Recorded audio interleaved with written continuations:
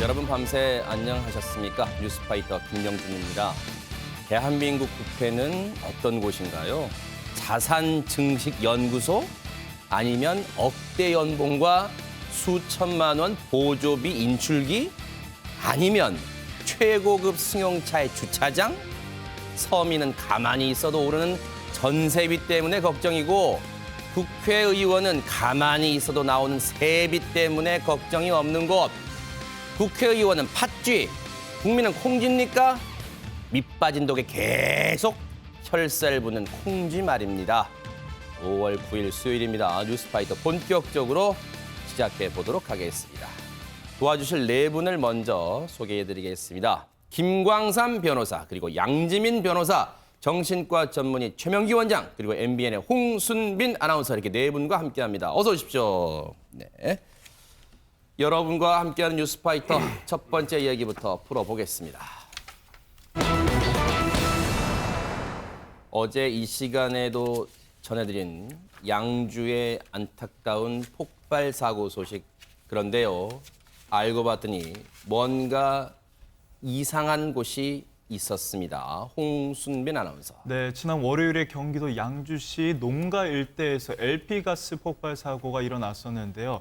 휴일 오후에 발생한 이 사고로 주택 두 채가 무너지고 그리고 주민 두 명이 숨진 채 발견됐던 안타까운 사고였습니다. 네. 어제 오전에는요, 사고 경위를 좀 더 정확히 조사하기 위해서 경찰과 소방당국이 합동 감식에 나섰는데요. 네. 특히 그 사고 당시 떨어진 구조물 아래에서 발견된 50대 주민의 집에서도 조사가 진행이 됐습니다. 네. 이 집 밖에는요, 20kg짜리 그 LP 가스통 두 개가 있었고요. 아하. 그리고 여기서 이제 주목해보고 있는 점은 집 안에 가스관이 절단된 흔적이 발견이 됐던 겁니다. 어허. 그 밖에 있는 지금 이제 그림을 보시면요, 지금 네. 집 밖에 맨 오른쪽에 LP 가스통이 보이시죠? 네. 이게 20kg짜리 LP 가스 두 개인데 아하. 지금 빨간색 관으로 부엌에 있는 가스레인지까지 연결이 돼 있는 모습을 볼 수 네. 있습니다. 근데 가스레인지와 이어져 있는 고무막 부분이 네. 절단이 돼 있었던 거예요. 아하. 그러니까 이제 생각해 볼 수 있는 부분은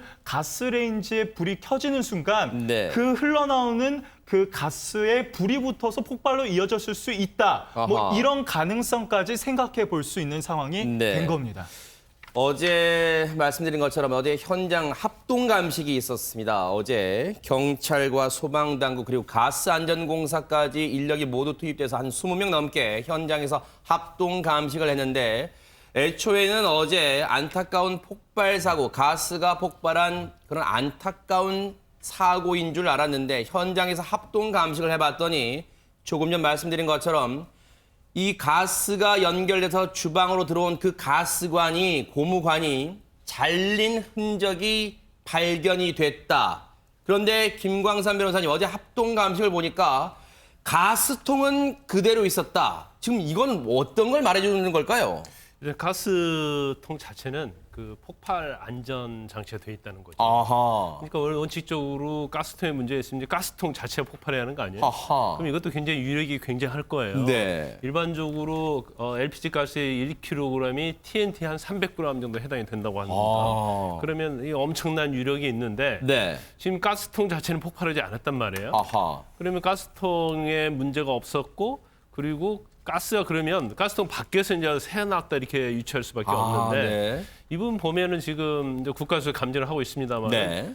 이 호스 네. 가스 호스가 절단이 돼 있는데 이게 과연 폭발할 때 절단이 찢어져서 절단이 된 거냐 아하. 아니면 일부러 절단을 한 거냐 그런데 지금 나오는 이야기는 좀 약간 예리한 걸로 절단한 걸로 보인다 이제 그런 얘기가 나오고 네. 있어요. 그래서 일단 경찰에서는 굉장히 이 부분이 네. 예민한 부분이잖아요. 그렇죠. 그래서 경찰이 그냥 단정할 수 없거든요. 네네. 그렇지만 경찰 자체는 약간의 좀 고의성이 있다 이제 그런 아하. 생각을 하고 있는 것 같습니다. 아직은 추정입니다만. 그렇죠. 네. 그래서 국가수에서 결과가 나오면 네. 과연 이게 고의적인 누출인지 아하. 아니면 가스 폭발하면서 이게 찢어지게 된 것인지 아하. 그 결과가 나와야만이 어떤 사실에 확인할 수 있다고 네. 봅니다.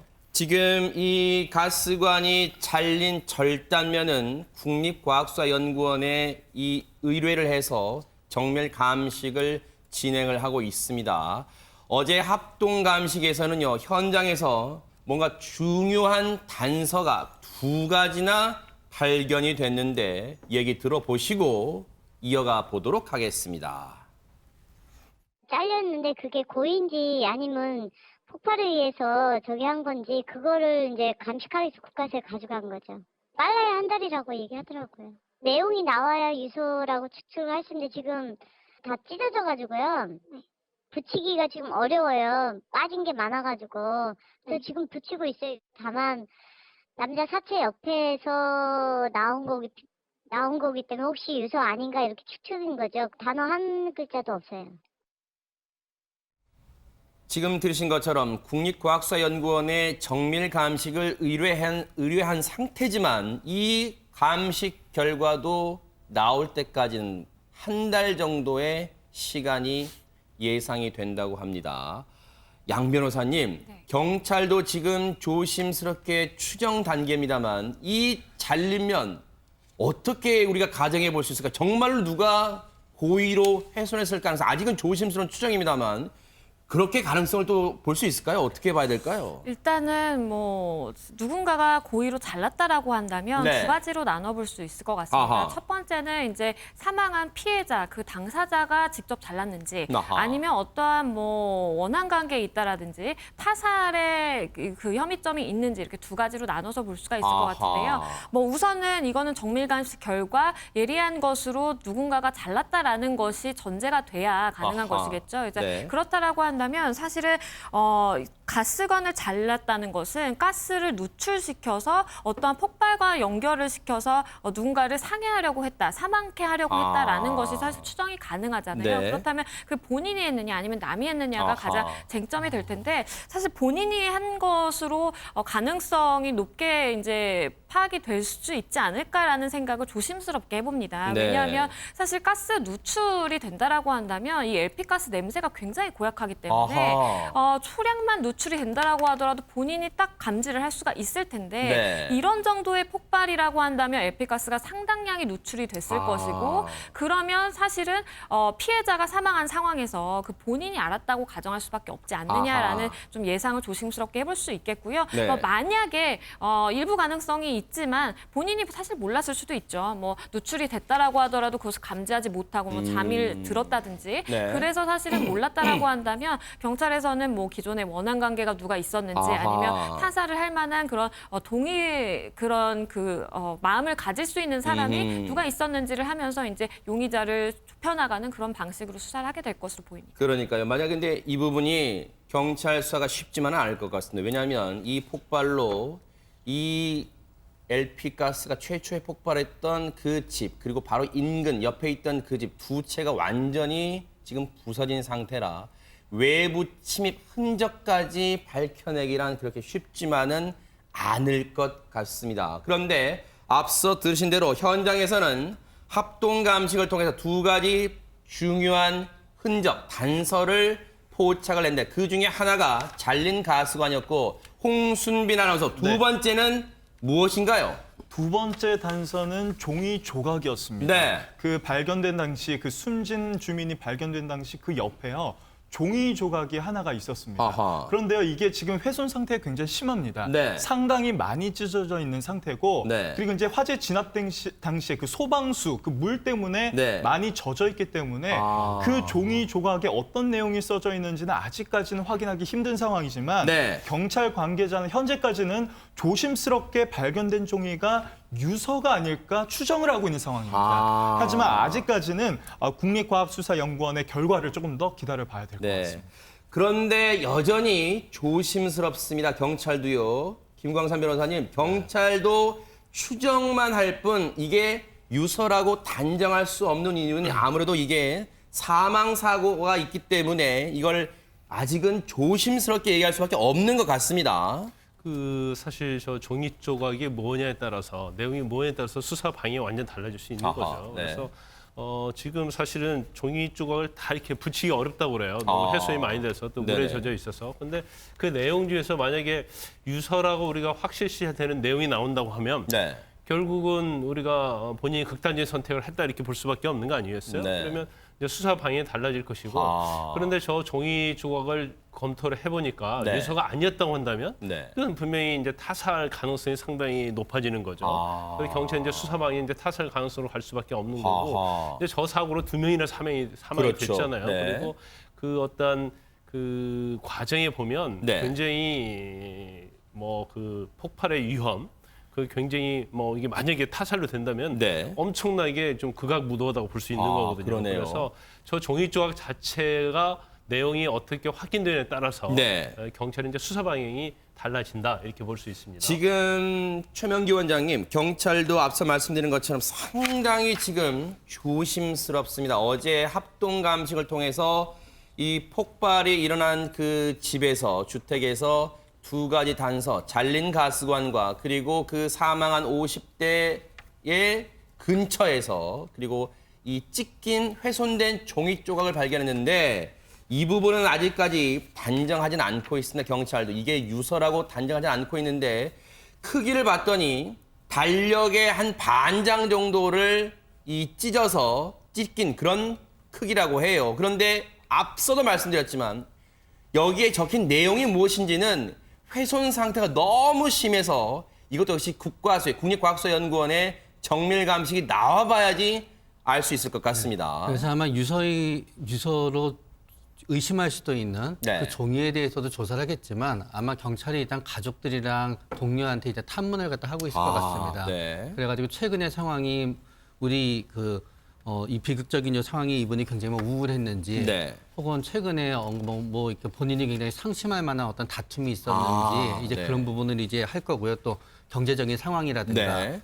또 그러고 나서 만약에 또 타살에 해당되는 부분도 역시 동기를 볼 거고요. 그러네요. 근데 타살에 해당된다 그러면은 조금 더 경찰과 우리가 또 주의해서 봐야 되는 부분은 사실은 이 집안에 들어가서 불을 갖다 누가 붙였다고 하게 되면은 본인도 여기서 살아남기 힘들다는 걸 그러네요. 알았을 거거든요. 네. 그러면 그건 아마 검식을 하게 되면은 그 다른 사체가 있는지 그 위치를 보고 이제 알 수 있게 되는 거고요. 네. 그렇다 그러면 만약에 밖에서 집안이 아닌 집 밖에서 누출시켜서 불을 붙였을 때 과연 폭발을 일으킬 수 있느냐를 객관적으로 봐야 되거든요. 네. 그럼 만약에 밖에서 폭발을 일으킬 수 있는 게 굉장히 낮고 네. 내부에서 폭발이 일어나면 된다 그러면은 영화에서 보듯이 무슨 뭐 문을 열자마자 불이 일어나게 하는 게 상당히 쉽진 않은 일이거든요. 그러니까요. 네. 그런 걸 갖다 다 종합해 놓고 보다가 보면은 네. 결국은 이 종이의 어떤 근거와 관계없이도 일정 부분은 동기를 갖다 유추해낼 수 있는 부분이 있지 네. 않을까라고 추정해 봅니다. 네. 저 사고 당시에요. 저게 폭발 당시 CCTV에 찍힌 모습입니다만 저 인근에요. 주유소도 있었습니다. 만약에 이 폭발이 더 엄청났다면 인근에 있는 주유소까지 위험에 빠졌고 그렇다면 저 일대가 정말로 아수라장, 삽시간의 아수라장으로 변할 수도 있는 끔찍한 사고였기 때문에 경찰이 정밀 감식 등을 통해서 이번 사고의 원인을 철저히 밝혀내야 될 것 같습니다. 자, 지금 여러분께서는 뉴스를 파헤치고 이슈를 터뜨리는 뉴스파이터와 함께하고 계십니다.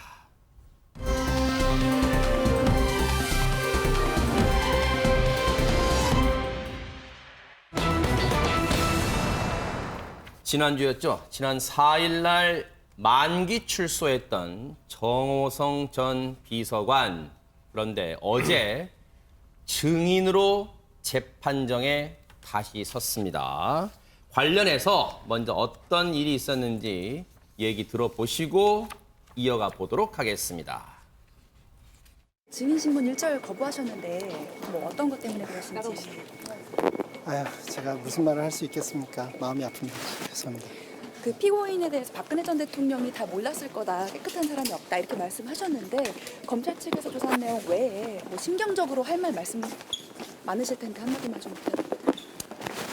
수고하십니다. 죄송합니다. 예. 대통령이 절대 주도적으로 그러실 분이 아니라고 말씀하셨는데 그 부분에 대해서도 보시는 대통령 어떤 분인지 좀 말씀 부탁드릴게요. 죄송합니다. 아니면은 안 하셨. 다들 수고 많으십니다. 홍순빈 아나운서. 네. 만기 출소했던 정호성 전 비서관이 어쩐 일로 다시 법정에 서게 된 겁니까? 그러니까 이제 정호성 전 비서관이 1년 6개월 만에 만기 출소를 한 거고, 네. 뭐 국정농단 사태에 연루된 인물 중에 이제 첫 번째로 만기 출소한 이제 사례가 된 건데, 네. 출소 후에는 그동안 이제 외부 활동을 정호성 전 비서관이 자제를 해왔습니다. 네. 근데 바로 어제 말씀하신 대로 증인석에 선 건데, 아하. 어제 오후 3시 52분에 서울 서초구 법원종합청사 417호 대법정에 증인으로 쓴 겁니다. 현재 네. 지금 박 전 대통령이요. 네. 정호성, 안봉근, 이재만 전 비서관 그리고 네. 국정원장들과 공모해서 네. 35억 원의 국정원장 특활비를 뇌물로 받은 혐의로 이제 추가 기소돼서 네. 1심 재판을 받고 있는데 여기에 증인 출석을 한 겁니다. 아. 그런데 출석을 해서는 박 전 대통령을 두둔하는 말 외에는 네. 공소 사실과 관련된 모든 증언을 거부했다고 전해지고 네. 있습니다. 정호성 전 비서관은 1년 6개월의 실형을 다 마치고 만기 출소했는데 그때 혐의는 기밀문서, 국가 기밀을 누설한 혐의에 대해서 1년 6개월의 실형을 선고받고 그걸 다 만기 출소를 했어요. 다 채운 다음에. 왜냐하면 구속 상태에서 재판을 받았기 때문에 수사랑.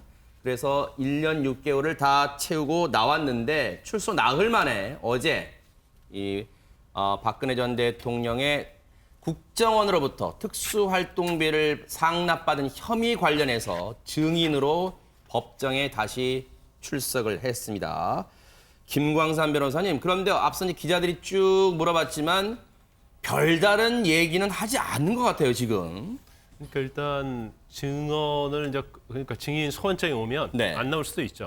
근데 안 나오면 과태료를 물게 될 수 있고. 네. 또 이렇게 중요한 사건에서는 이제 구인장을 발부해서 강제로 데려올 수 있거든요. 아하. 그래서 법제는 이제 어쩔 수 없이 출석한 것으로 보여요. 네. 그렇지만 나와서 변호인이나 검찰의 신문에 응하다 보면 이제 박근혜 전 대통령이 좀 불리한 진술을 할 수 있을 것이다 이렇게 본인이 생각하는 것 같고 아하. 두 번째 이제 본인도 이 특활비를 전달한 그런 당사자로서 이제 다른 재판이 더 받고 있잖아요. 아, 그러네요. 그렇기 때문에 법정에서 증인은 네. 자신에게 불리한 진술을 거부할 수 있을 뿐만 아니라 네. 자기와 관련된 그런 범죄 사실에 불리한 경우는 거부할 수 있는 권리가 있습니다. 네. 그래서 정 전 비서관은 이제 본인의 네. 권리를 행사한 것다고 볼 수 있어요. 아하. 하지만 그러면 박근혜 전 대통령에 대한 전 비서관의 어떤 네. 검찰의 진술 자체는 이제 증거로 쓸 수 있느냐 이제 그런 문제인데 네. 거기까지는 증언했어요. 그러니까 검찰에서 사실대로 진술 받을 때 사실대로 했느냐. 아하. 이거 우리가 이제 법적인 용어로 진정 성립 인정이라고 하거든요. 아. 그래서 나는 검찰에서 조사할 때 다 사실대로 인정했습니다. 이렇게 네. 얘기를 했기 때문에 네. 정 전 비서관이 검찰에서 조사받은 그런 진술에 관련된 모든 것은 네. 증거 능력이 인정돼요. 아. 그래서 박근혜 전 대통령의 범죄 사실 인정하는 데 있어서는 증거로 쓰일 수 있다는 아하, 거죠. 그래서 네. 어제 증언을 안 했다 하더라도 네. 뭐 박근혜 전 대통령의 범죄 사실 인정하는 데는 네. 이제 별다른 문제가 없을 것으로 보입니다. 네. 어제 서울중앙지방법원에서요, 이 재판부가 여러 가지 질문을 했습니다만 그 질문에 별다른 얘기, 의미 있는 얘기는 하지 않았는데 이 재판부가 이 부장판사가 이렇게 물어봅니다. 피고인, 즉 박근혜 전 대통령에게 매우 중요하니까 진술에 대해서 한 번 더 고민해보라 이렇게 얘기를 했더니 정호성 전 비서관 저기 보시는 것처럼 3초간 긴 한숨을 내쉰 다음에 이렇게 얘기했답니다. 제 심정에 대해선 할 말이 많습니다. 그렇지만 팩트 관련에 대해서, 즉 사실관계에 대해서는 드릴 말씀이 없다는데 양 변호사님 진짜로 할 말이 없는 거예요? 팩트 관련해서는요? 일단은 뭐 전략적인 판단이었다고 볼 수 있을 것 같습니다. 사실은 뭐 아까 말씀해 주신 것처럼 수사기관에서 사실 범죄 사실에 대해서 다 이미 진술을 했거든요. 네. 근데 이제 법정에서 진술을 또다시 그걸 반복하게 되고 그러다 보면 사실은 본인 또는 박 전 대통령에게 불리한 얘기를 또 하게 될 수도 있고요. 네. 그리고 이게 얘기를 하면서 법정은 사실 공개가 돼 있기 때문에 또 언론에 다 이제 나올 수가 있잖아요. 아하. 그렇기 때문에 사실은 만약에 이 진정 성립 출입까지 본인이 거부를 해버린다라고 한다면 그것은 일단은 본인의 그런 이미지라든지 아니면 본인이 어떤 법과 정의에 있어서의 의무를 다하지 못했다라는 네. 비판을 반대로 받게 될 수 있으니까 네. 최소한의 부분은 인정을 하되 아하. 하지만 더 이상 본인에게 불리할 것 같은 진술은 거부했다라고 보시면 되겠고요. 아하. 말씀해 주신 것처럼 진정성을 인정을 했기 때문에 네. 수사기관 수사를 받으면서 얘기를 했던 뭐 박 전 대통령과의 뭐 특활비 관련해서 있었던 사실행위 다 하나하나는 네. 그대로 이제 법원에서 채택이 될 것이고요. 네. 그렇기 때문에 이제 박 전 대통령에게는 상당히 뭐 불리한 증거라고 볼 수 있겠지만 그것은 사실은 원래부터 있었던 아. 증거기 때문에 뭐 어쩔 수는 없습니다. 그래서 아하. 일단은 전략적인 선택이었다라고 보입니다. 어제요, 정호성 전 비서관이 재판부가 이 여러 가지 법정 증언을 강요할 수는 없지만 한 번 더 고민해서 결정해달라 이렇게 얘기했더니 앞서 말씀드린 것처럼 팩트 부분에서는 얘기하지 않고 박근혜 전 대통령에 대해서는 얘기를 풀어가는데 제가 읽어드리고 최명규 원장님 말씀 좀 들어볼게요. 이번 사건이 벌어지고 나서 이런 얘기를 저도 너무나 마음이 아프고 충격적이다. 박근혜 대통령만큼 제가 아는 한 깨끗한 분이 없다. 그렇기 때문에 이분이 주도적으로 했을 거라고는 전혀 생각하지 않는다. 어제 재판은 참고로 말씀드리지만 국정원으로부터 특수활동비 한 35억 넘게 상납받은 혐의로 이 증인으로 출석했습니다. 정호성 전 비서관은. 그러면서 대통령이 평생 사신 것과 대통령님이라고 했네요. 대통령님이 평생 사신 것과 너무나 다르게 비치고 있어 그 부분이 안타깝다. 이렇게 얘기를 하고 있는데 최명기 원장님, 박근혜 전 대통령만큼 깨끗한 분이 없다고 얘기를 하고 있습니다. 그거 이제 네 가지 부분에서 아마 정호성 비서관이 합리화할 수 있는데요. 첫 번째 이제 의도와 결과인 거예요. 결과는 깨끗하지 않았지만 의도가 좋았기 때문에 깨끗하다고 본인이 합리화할 수 있고요. 두 번째는 이제 상대적인 거예요. 네. 저 위치에 오는 사람치고 이만큼 깨끗한 사람은 없다. 나머지 대부분의 사람들은 훨씬 더 깨끗하지 못하고 네. 앞으로 지금은 깨끗한 것처럼 보이지만 앞으로 네. 깨끗하지 않아질 것이다. 아하. 그렇게 생각할 수 있는 거고요. 네. 세 번째는 이 평생을 놓고란 얘기를 했잖아요. 네. 이분은 박근혜 전 대통령이랑 수십 년의 세월을 보냈으니까 네. 마지막 몇 달, 마지막 1, 2년이 이랬을지 모르지만 네. 그 전에 수십 년이 깨끗했으니까 네. 이거는 깨끗한 거다라고 보는 거고요. 네. 또 본인이 마지막에 이제 얘기한 걸 보면은 네. 뭔가 이용당의 주도적이 아니었다고 얘기하거든요. 그렇기 네. 때문에 이거는 최순실 때문이었지 박근혜 전 대통령 때문이 아니었다라는 게 합쳐지게 되면은 네. 정호성 비서관은 우리 대통령은 깨끗한 사람이다라는 네. 생각을 이어갈 수 있게 되는 아하. 거예요. 어제 별다른 말 심정 빼고는 별다른 말을 안 하니까 재판부가 증인 신문을 마치긴 했습니다만 어제 이 정호성 전 비서관이 문고리 3인방 자신도 문고리 3인방이었습니다만 문고리 3인방 중에 안봉근 전 비서관에 대해서 얘기를 했다는데 김광선 변호사님 무슨 내용이었습니까?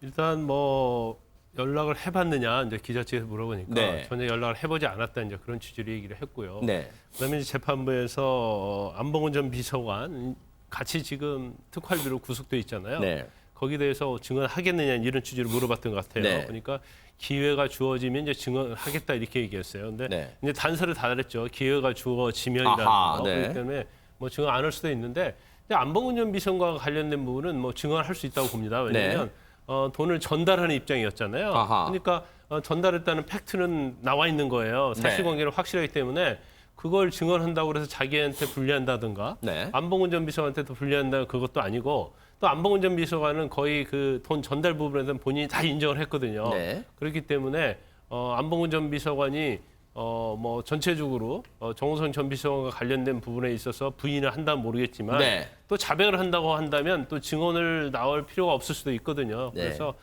박근혜 전 대통령과는 달리 네. 박근혜 전 대통령 부분에 대해서는 이제 본인이 모셨던 부분이기 때문에 네. 굉장히 심적 부담감이 있는 거고 네. 안봉근 전 비서관 같은 경우는 좀 다르다 이렇게 볼 수 있는 거죠. 아하.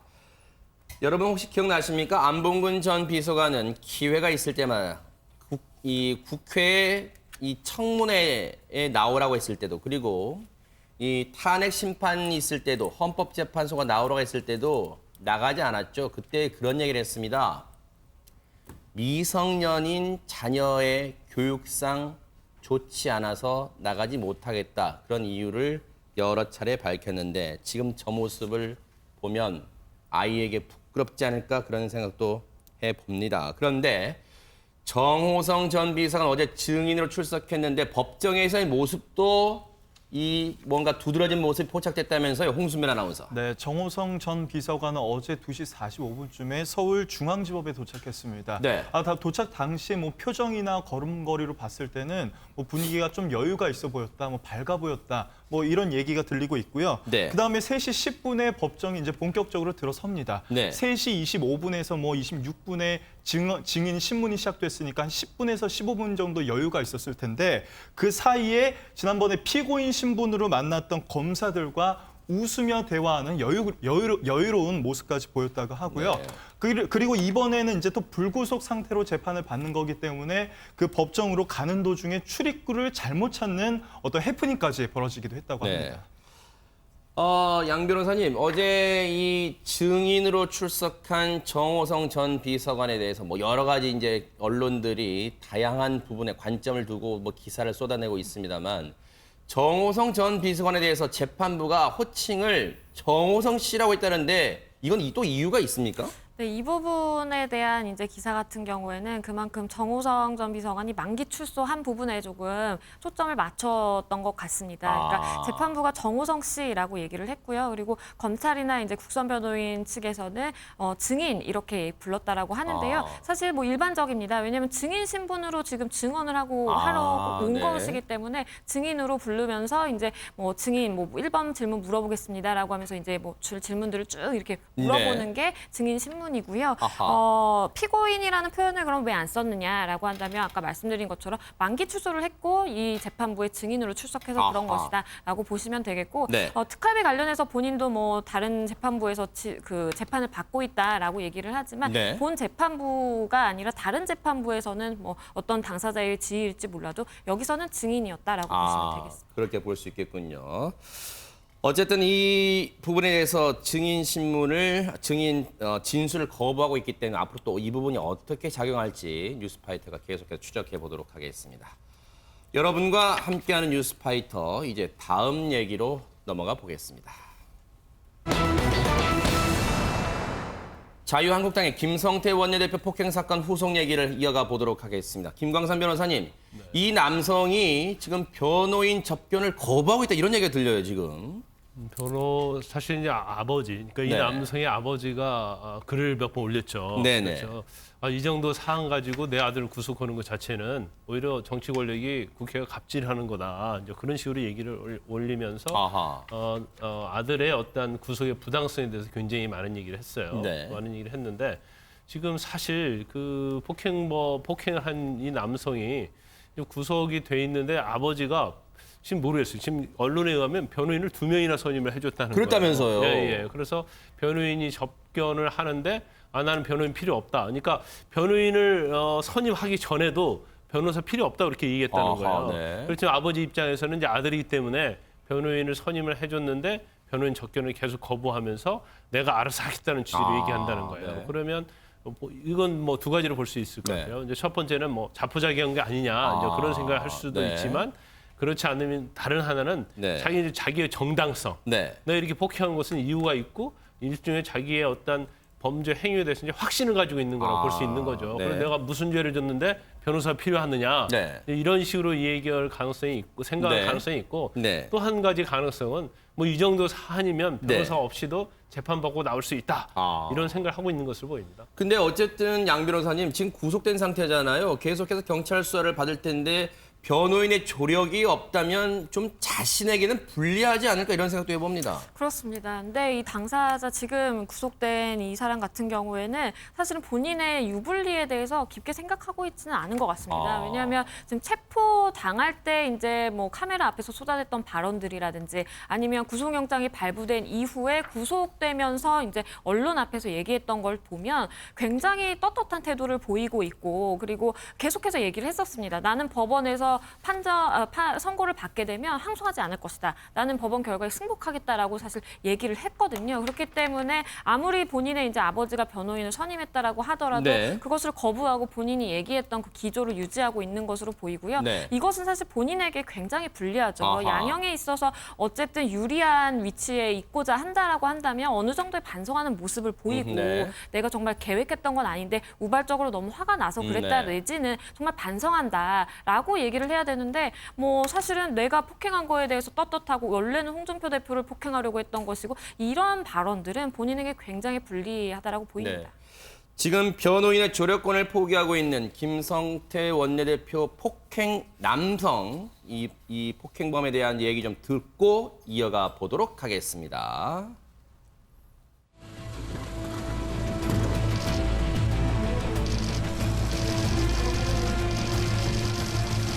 강원은 아니라고 하셨는데 지지하시는 정당이세요? 폭행은 우발적이셨나요?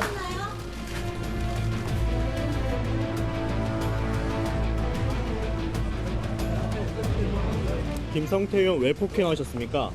자유한국당은 자신 이제 단식 그만하시고 마음을 잘 추스리 가지고 대한민국을 위해서 좀 노력을 해주시길 바랍니다. 그리고 저는 재판에 있을 어떠한 결과에도 항소하지 아니하고 승복할 것이며 질문은 안 받습니다. 범행 혼자 계획하신 거 맞나요? 당연하죠. 홍 대표 폭행할 계획 있으셨습니까? 성태 대표도 사과하실 생각 없으세요? 글쎄요. 저 모습을 시청자분들은 어떻게 평가를 하실까요? 이길 당당하다고 얘기해야 될지 뭐라고 얘기해야 될지 아니면 반성의 기미가 없다고 얘기해야 될지 잘 모르겠습니다만 시청자분들의 판단에 목숨을 남겨두고요. 그런데 홍순빈 아나운서, 네. 이 폭행 피의자가 경찰 조사 과정에서 뭔가 자신의 입장을 SNS에 올렸다는데 어떤 내용입니까? 그러니까 조금 전에 보셨던 영상은 영장실질심사 전후의 모습이고요. 네네. 이 얘기는 그러니까 체포 당시의 또 얘기입니다. 아하. 체포가 돼서 이제 경찰에 갔었겠죠. 네. 휴대전화를 압수하기 전, 네. 그러니까 휴대전화를 소지하고 있었을 때입니다.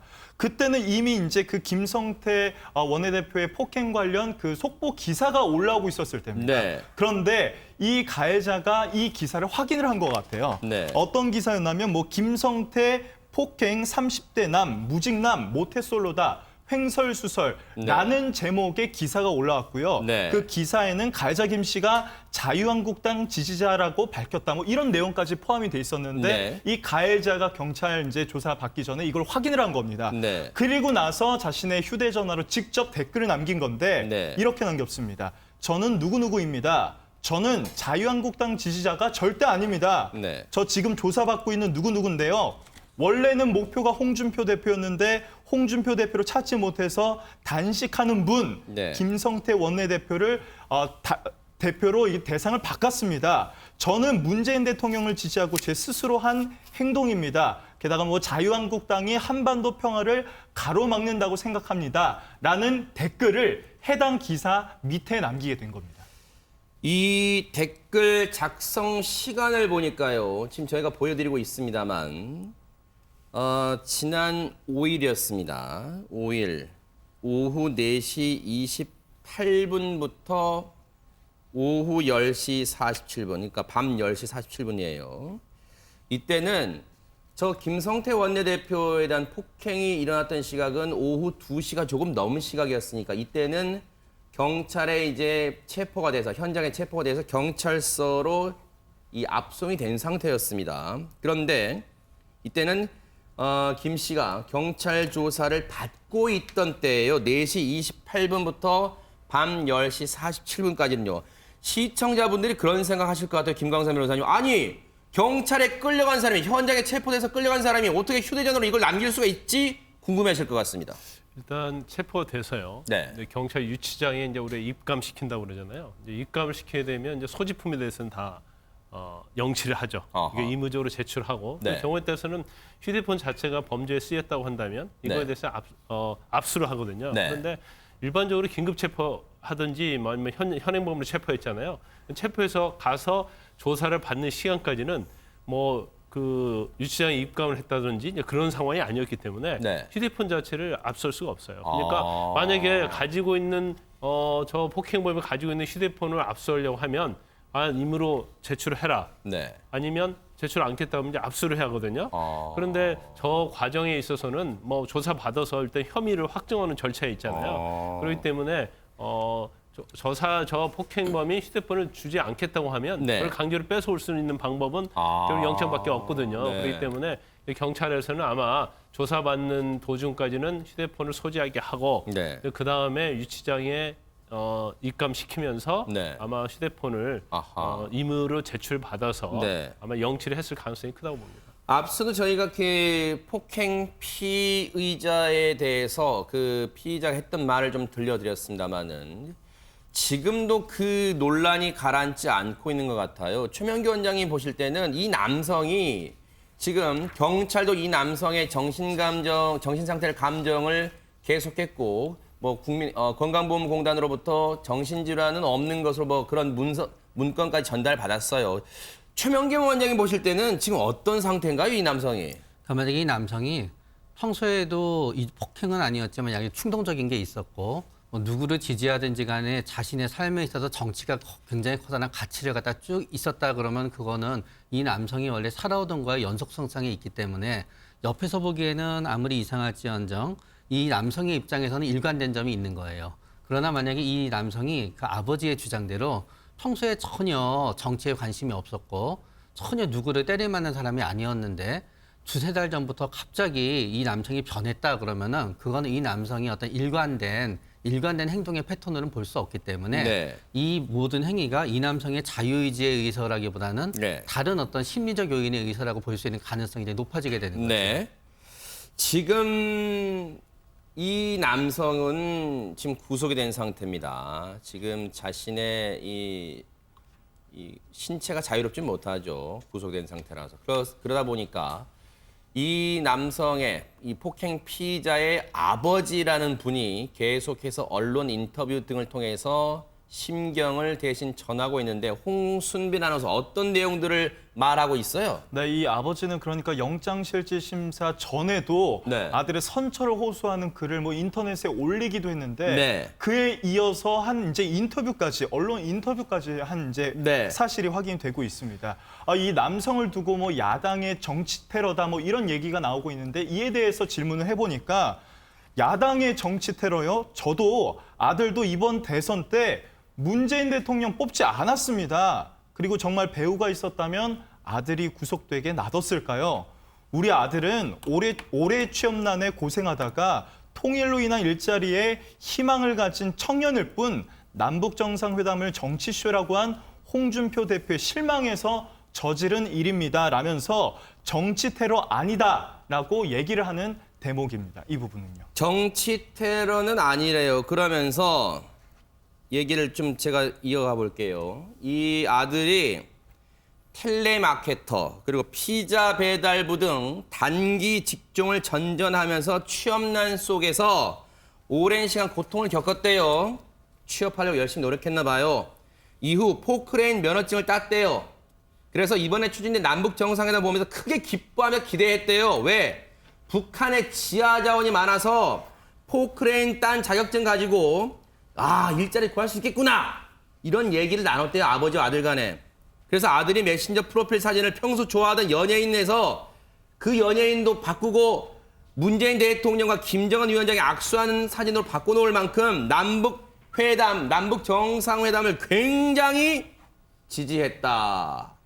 하지만 최명규 원장님, 그 어떤 얘기를 해도 어쨌든 폭행에 대해서는 정당화될 수 없을 텐데 어쨌든 취업으로 인한 스트레스를 야당의 원내대표에게 분출한다?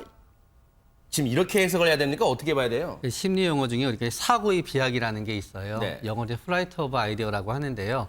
본인이 취업이 안 돼요. 그러나 사실은 남북 관계가 개선이 된다 하더라도 이분이 앞으로 몇 년 안에 북한에 가서 포크레인 기사로 일할 확률은 굉장히 낮거든요. 네. 그러나 본인은 어떻게 생각하냐 하면은 네. 나는 북한에 가서 포크레인 기사로 일할 수 있는 일할 수 있는 기회가 생겼는데 네. 그 기회가 빨리 이루어지기 위해서는 네. 야당이 여당이 협조를 해야 되는데 네. 야당이 여당이 협조를 하지 않으니까 네. 내가 일자리를 갖다 얻을 수 있는 가능성은 낮아졌고 네. 나는 그거를 하기 위해서 포크레인 기사 자격증까지 땄는데 네. 결국은 나의 취업을 막고 있는 거는 남북회담을 갖다 남북 관계의 어떤 정상화를 남북 관계 해빙을 갖다 방해하고 있는 야당이다라고 생각하는 데고 네. 야당의 가장 위에 있는 위에 있는 홍준표 대표한테 가서 거기에 대해서 내가 뭔가 따지고 내 의사를 표현해야 되는데 네. 그게 안 되게 되니까 눈에 보이는 사람한테 한다는 식으로 이제 네. 논리가 이어지게 되는 거예요. 네. 저 사건이 있던 날요. 강원도 쪽에 이 취업 공고를 보고 갔대요. 그런데 취업 사기를 당하고 왔대요. 그래서 아들이 국회까지 찾아가게 된 것이 취업 사기로 인한 분노였을 것이다. 이런 말도 지금 아버지가 하고 있습니다. 그런데 양 변호사님, 지금 이번 사건에 배우가 없다는 점을 여러 차례 이 아버지라는 분이 지금 강조를 하고 있는데 그러면서 자신이, 즉 아버지가 자유한국당의 당원이다 이런 말까지 지금 하고 있어요. 네, 그렇습니다. 이건 아버지의 그 언론 인터뷰에서 네. 나온 얘기인데요. 배우가 있었으면 내 아들이 구속됐겠느냐라고 얘기를 하면서 내가 오히려 자유한국당 당원이다라는 얘기를 했습니다. 네. 물론 뒤끝에는 뭐 다 같이 뭐 서명을 한 거여서 별로 의미는 없었지만 이라는 얘기를 덧붙이기는 했지만 어쨌든 본인이 자유한국당 당원이라고 밝혔고요. 그러면서 정치쇼라고 한 것은 그 홍준표 대표가 참 잘못한 것이고 실망을 했다라고 하면서 네. 오히려 어떻게 보면 조금 아들의 그런 입장을 대변해주는 얘기를 아버지가 하고 있다라는 것으로도 풀이가 될 수 있겠고요. 네. 아니면 아들이 갖고 있는 그런 신념이라든지 정치적인 그런 가치관에 대해서도 아버지가 나도 역시 그렇게 생각한다라고 조금 동조하는 그런 얘기도 했고요. 네. 거기에 더불어서 아들이 사실은 계속해서 불리한 얘기를 쏟아내고 있잖아요. 그러니까 어떻게 보면 조금 아들 입장에서 유리한 얘기를 해주고 싶었던 마음이었는지 아들은 면접 사기를 당해도 따지지 못할 만큼 굉장히 순수한 청년이다라고 하면서 아들을 구속할 게 아니라 정치인들이 좀 정책적인 부분을 봐야 된다라고 하면서 굉장히 뭐 아들의 입장에서 유리할 수 있는 발언들을 쏟아냈습니다. 가정이긴 합니다만 앞서 영상도 보셨잖아요. 저 남성이 주먹으로 가격한 것만 해도 엄청난 이 폭행이고 테러인데 지금 야당, 자유한국당은 정치 테러로 좀 규정하고 있습니다만 저 때 정말 이 흉측한 도구라도 가지고 저런 일을 저질렀다면 어쩔 뻔했습니까? 그러면 정말 아찔하다는 생각도 드는데 지금요 앞서 말씀드린 것처럼 이 아버지라는 사람이요 이 폭행 피의자 김성태 원내대표 폭행 피의자의 아버지라는 사람이 인터뷰에서 내가 오히려 자유한국당 당원이다 이런 얘기를 했잖아요. 그래서 저희가 확인을 해봤어요. 제가 방송 들어오기 전에 확인을 해봤습니다. 국회 출입하는 기자한테 물어봤어요. 진짜 이 아버지라는 사람이 인터뷰에서 자유한국당 당원이라고 하는데 맞냐? 확인 좀 부탁한다 했더니 지금 자유한국당 공보실 관계자의 말로는 확인된 바가 없다고 하며 그러니까 이 부분은 이 아버지라는 분의 일방적인 주장일 가능성도 있기 때문에 지금 자유한국당 당원이라는 부분에 대해서는 지금 저희가 이 취재한 바로는 확인된 바가 없다는 게 자유한국당의 입장이라는 점을 참고로 말씀드리고 이런 가운데 국회가 파행되고 있어요.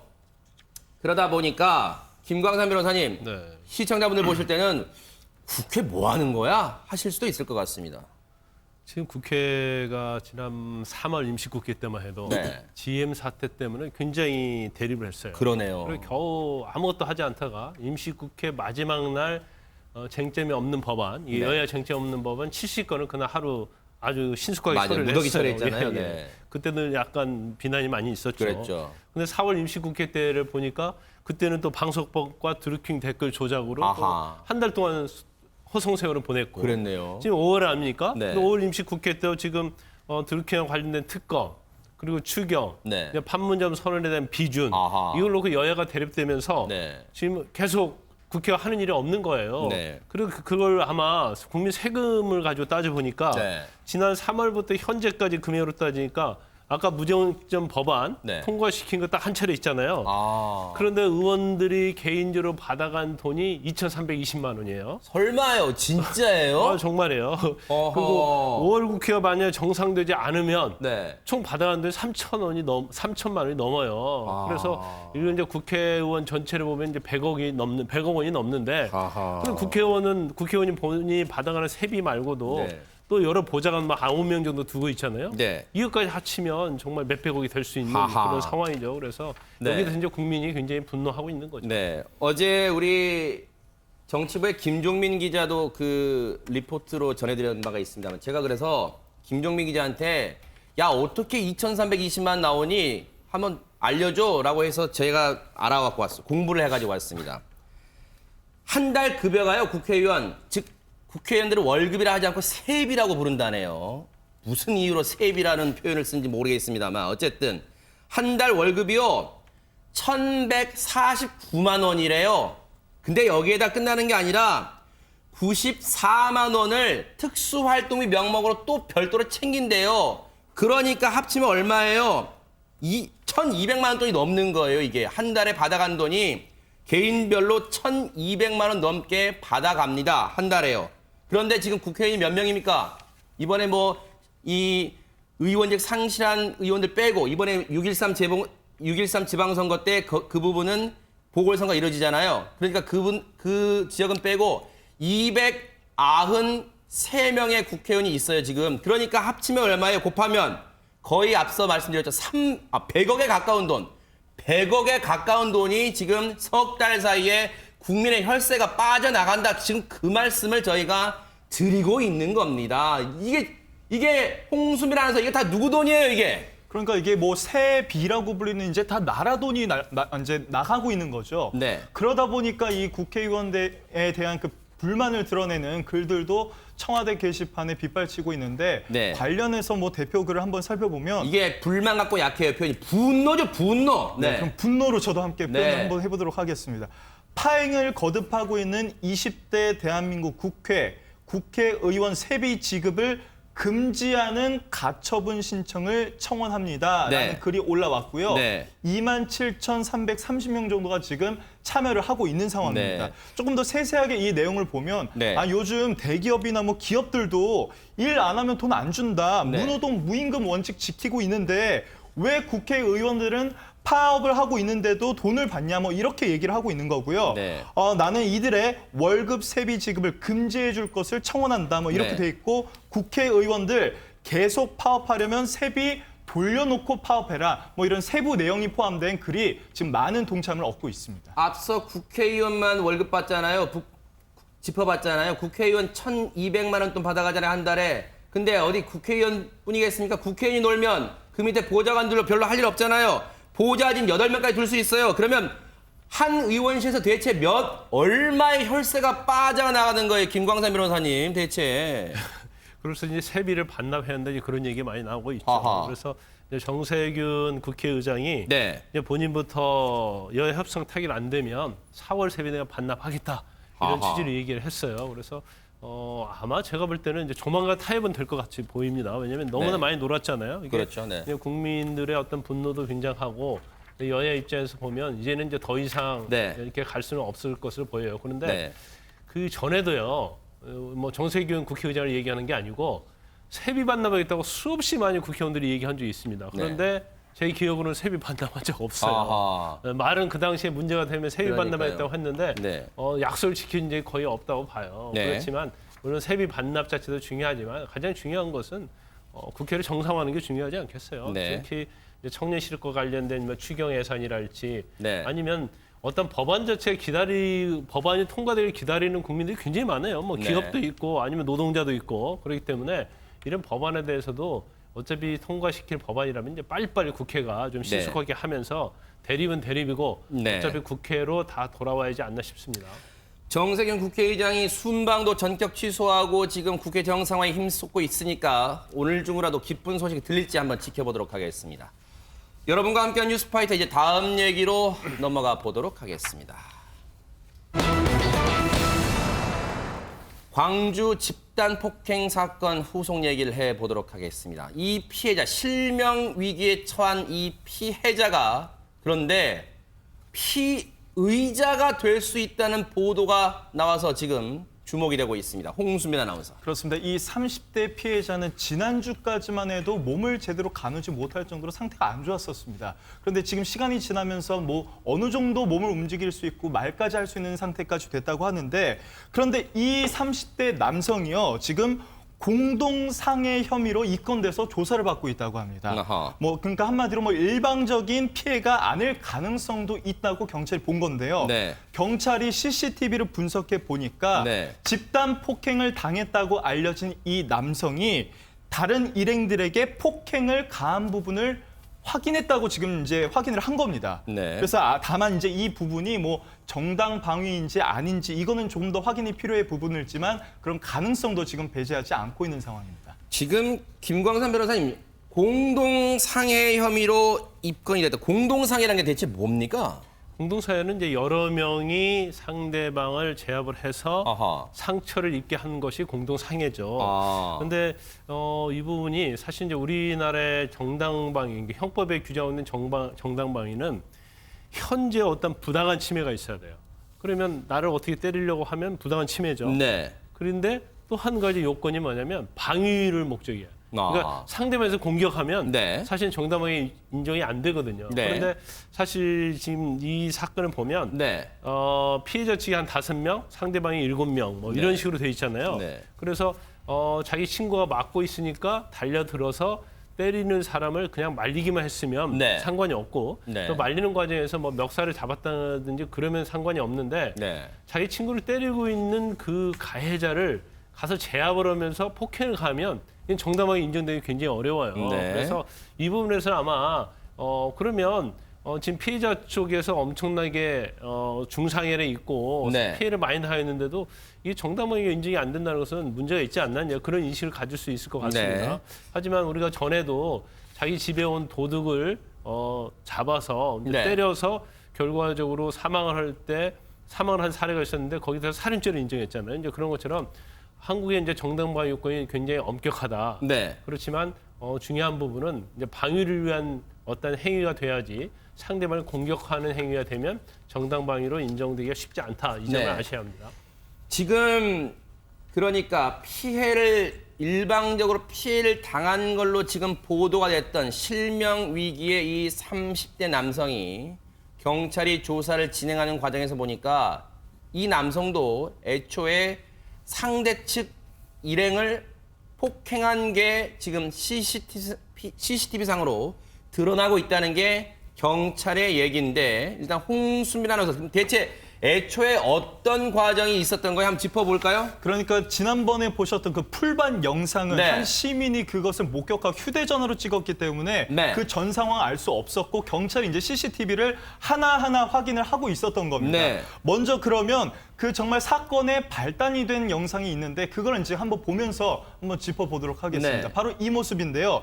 지금 두 일행이 처음 시비가 붙은 부분입니다. 왼쪽 흰색 옷 입은 남성이 먼저 나와 있었고 네. 검은색 옷 입은 남성이 술에 취한 여성과 뒤따라서 나온 겁니다. 네. 그런데 이 검은색 옷 입은 여성이 술에 취한 여성을 먼저 택시를 태워 보내니까 네. 흰색 옷 입은 남성과 검은색 옷 입은 남성이 이제 뭐 시비가 붙은 거죠. 요때까지만, 그 전까지만 해도 말로 풀어지는 듯 했는데 바로 이 포인트에서 네. 좀 왼쪽에서 보시면 오른쪽 검은색 옷 입은 남성이 이렇게 머리 박치기를 가합니다. 네. 그러니까 이게 발단이 돼서 안에 그 술집, 그 주점 안에 있던 다른 일행들이 이렇게 우르르 나와서 현장이 아수라장이 됐고 네. 지금 이 상황에서 그 상황이 더 번져가지고 네. 지금 피해자 그리고 가해자 간의 어떤 집단 폭행까지 이어졌던 상황이죠. 지금 저 영상만 보면 그러니까 왼쪽에 있던 이 밝은색 옷을 입은 남성이 처음에는 이 시비 끝에 시비가 붙었고, 저 보세요. 처음에는 좀 꾸벅하면서 그렇죠.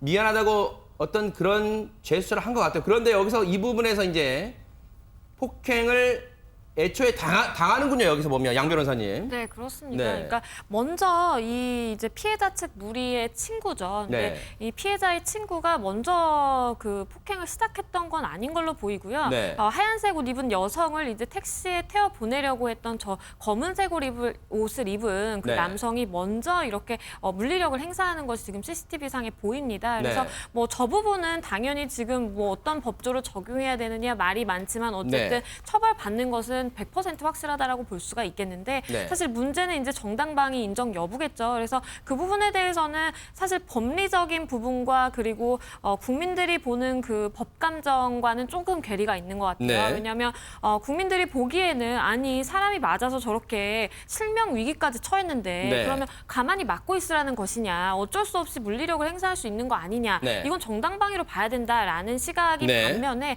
하지만 법리적으로 보면 실질적으로 정당방위가 인정되는 사례는 뭐 단순하게 정말 내 몸을 방어하기 위해서 막는다든지 내지는 나를 폭행하려고 하는 부분을 이제 뭐 손으로 폭행하려고 한다면 그 손을 잡는다든지 이런 네. 최소한의 물리력만 사실은 인정이 되거든요. 네. 그래서 CCTV 상에 만약에 주먹으로 휘둘러서 뭔가 폭행을 하는 장면이 포착된다라고 한다면 사실 경찰 입장에서는 그 부분을 쌍방폭행으로 입건을 하고 나중에 이제 정당방위가 되는지 네. 여부를 고민할 수밖에 없는 그런 실무상의 문제도 사실 있습니다. 지금 앞서 말씀드린 것처럼 이 실명 위기에 처한 이 남성이 피해자 신분에서 공동 상해 혐의로 피의자가 될 수 있을 가능성이 제기되는 이유가 앞서 시간을 좀 거슬러 올라가면 5월 1일이었습니다. 피해자의 친형이라는 분이 올린 SNS 글이 있습니다. 그 글을 내용을 토대를 보면 형사에게 직접 들은 이야기라는 말로 시작을 합니다. 그러면서 동생이 큰 소리가 들려 가보니 친구가 맡고 있어서 그 중에 한 명과 1대1로 맞붙었다. 그 중에 한 명을 제압하고 그리고 다음 사람이 덤비니까 또 제압하고 주먹으로 한두 대 때렸다 함. 그리고 제 동생이 와서 친구가 당한다고 무작정 와서 주먹을 날린 게 아니라 대화가 오고 가다 서로 싸우는 자세를 취했다 함. 그 후로 집단으로 폭행을 당했다. 이렇게 설명을 하고 있으니까 이 피해자의 친형이라는 사람이 올린 글을 봐도 이 김광선 변호사님 뭔가 당시에 이 지금 실명 위기에 처한 남성도 뭔가 일방적으로 당한 게 아니라 주먹을 지금 휘둘렀다. 지금 그런 정황은 경찰 조사 과정에 좀 드러나고 있다. 지금 이렇게 보이는가요? 어떻습니까? 지금 형 얘기를 그대로 한다고 하면 네. 이제 집단 폭행을 당하는 와중에 네. 그런 행위를 했다고 하면 정당방위가 인정될 가능성이 크겠죠. 아하. 근데 집단 폭행을 당하기 전에 본인은 1대1로 맞붙었다는 거 아니에요? 네. 그러면 결국 우리가 소위 말하는 이제 쌍방이 되는 거예요. 아. 쌍방 폭행 될 가능성이 좀 크다고 보고요. 네. 근데 그렇지만 본인이 집단 폭행을 당해가지고 엄청난 상해를 입었잖아요. 네. 그렇기 때문에 향후의 처벌에 있어서는 입건이 된다 하더라도 네. 뭐 상대방이 진단서를 어떻게 냈는지 모르지만 네. 뭐 기소유예랄지 아니면 굉장히 경한 처벌을 받을 가능성이 크고 상대방이 집단 폭행을 했기 때문에 굉장히 형량이 높아질 가능성이 크죠. 네. 오늘 지금 이 가해자 측 총 10명의 무리 중에 7명의 남성이 있던 그 가해자 측 그중에 5명이 지금 구속이 됐는데 오늘 이 사건이 검찰에 지금 송치가 될 예정이라고 합니다. 이 사건은 계속해서 지금 후속 얘기가 나오고 있기 때문에 뉴스파이터가 계속해서 추적을 해보도록 하겠습니다. 자, 여러분과 함께한 뉴스파이터 이제 마지막 얘기로 넘어가 보겠습니다. 오늘 좀 언짢은 소식도 많이 왔잖아요. 그러니까 황당 영상 오랜만에 보시면서 기분 좀 전환해 보시기 바랍니다. 첫 번째 영상부터 만나보겠습니다. 아이고, 볼링장인데 저런 실수. 네. 저런 실수 왕왕 있습니다만 하마터면 뒤에서 찍는 분까지 다칠 뻔한 저분 아이고 보세요. 자신이 감당할 수 없는 너무 무겁고 큰 공을 갖다 잡았던 게 실수의 원인인 것 같아요. 언뜻 봐도 한 14파운드 이상은 네. 될 것 같은 묵직한 공입니다. 네. 14 내지 15파운드 되는데 될 법한 공인데 하마터면 본인도 저렇게 넘어지면서 허리를 크게 다칠 뻔했습니다. 이게 큰일 납니다. 자기한테 맞는 볼링공을 네. 해야지 볼링의 진수를 보여주러 왔다가 병원행에 또 갈 수도 있습니다. 병원 실려갈 수도 있어요. 다음 영상 만나보겠습니다. 아이고. 강아지라 하기엔 좀 크니까 개라고 해야겠습니다. 개. 네. 아, 자고 있나요? 안 돼요. 어떤 상황이에요, 홍수민아는? 보통 이렇게 사람들도 자다가 네. 코 이렇게 골고 자다가 스스로 그 소리에 놀라서 깨는 경우 네. 있잖아요. 찜질방 같은 데 보면 이제 아저씨들 그런 모습 볼 수 있는데 이 개도 마찬가지입니다. 아, 그래요? 다른 개에 비해서 자세히 들어보시면 소리가 한번 들어보죠, 그러면. 그죠? 네. 진짜 개가 고는 게 맞아요? 정말 이 개의 덩치만큼이나 코 고는 소리가 굉장히 큰데 네. 그 소리에 스스로 놀라서 이렇게 깨버리는 그 모습이 지금 주인이 굉장히 귀엽던지 영상을 남긴 모습입니다. 네, 요즘 시쳇말로 정말 개깜놀한 영상이었습니다. 얼마나 코 고는 소리가 컸으면 자기 소리에 깹니까? 정말 인간과 똑같다는 저 상황은 그런 생각도 듭니다. 자, 이렇게 황당 영상까지 봤고요. 마무리해 보겠습니다. 어제는 북한 김정은이 부랴부랴 중국에 가서 시진핑을 만났고 오늘은 한중일 3자 정상회의를 위해 문재인 대통령이 출국했습니다. 이렇게 국제 정세는 하루가 다르게 변하고 있는데 국회 정세는 하루가 아니라 한 달이 지나도 그대로네요. 답답합니다. 뉴스파이터 여기서 마칩니다. 함께해 주신 여러분 고맙습니다.